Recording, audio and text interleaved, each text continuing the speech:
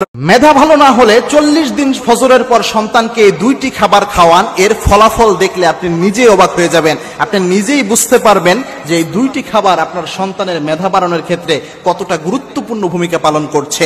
এই আমলটা অনেক বেশি কার্যকর এবং আমার পরীক্ষিত বেশ অনেকের উপকার হয়েছে আমলটি করার কারণে। 40 দিন যদি 2টি খাবার আপনার সন্তানকে আপনি খাওয়াতে পারেন, আল্লাহ রাব্বুল আলামিন এই শেফা ইনশাআল্লাহ দান করবেন। তার মধ্যে 1 নাম্বার হচ্ছে মধু নিতে হবে আপনার।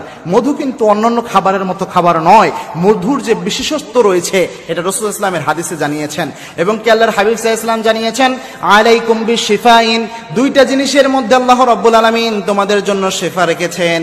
একটা হচ্ছে ওয়াল আসাল ওয়াল কুরআন, একটা হচ্ছে মধু আর একটা হচ্ছে কোরআন। কোরআন এবং মধু এই 2টা জিনিসের মধ্যে আল্লাহ রাব্বুল আলামিন শেফা রেখেছেন। রাসূলুল্লাহ সাল্লাল্লাহু আলাইহি ওয়াসাল্লামের সব সময়ের সুন্নাত ছিল মধু খাওয়া।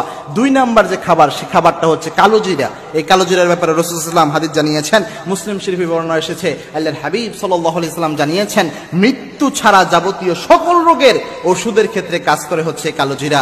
ছোট্ট বাচ্চার হাতে সকালবেলায় যখন মধু দিবেন, এরপর ওখানে কালো জিরা কিছুটা ছিটিয়ে দিবেন, দিয়ে এরপরে বাচ্চার ওই হাতের মধ্যে আপনি ফু দিবেন একটা দোয়া পড়ে, যে দোয়াটা রাসূল সাল্লাল্লাহু আলাইহি ওয়াসাল্লাম মেধা বৃদ্ধির জন্য সব সময় পরে ফু দিতেন।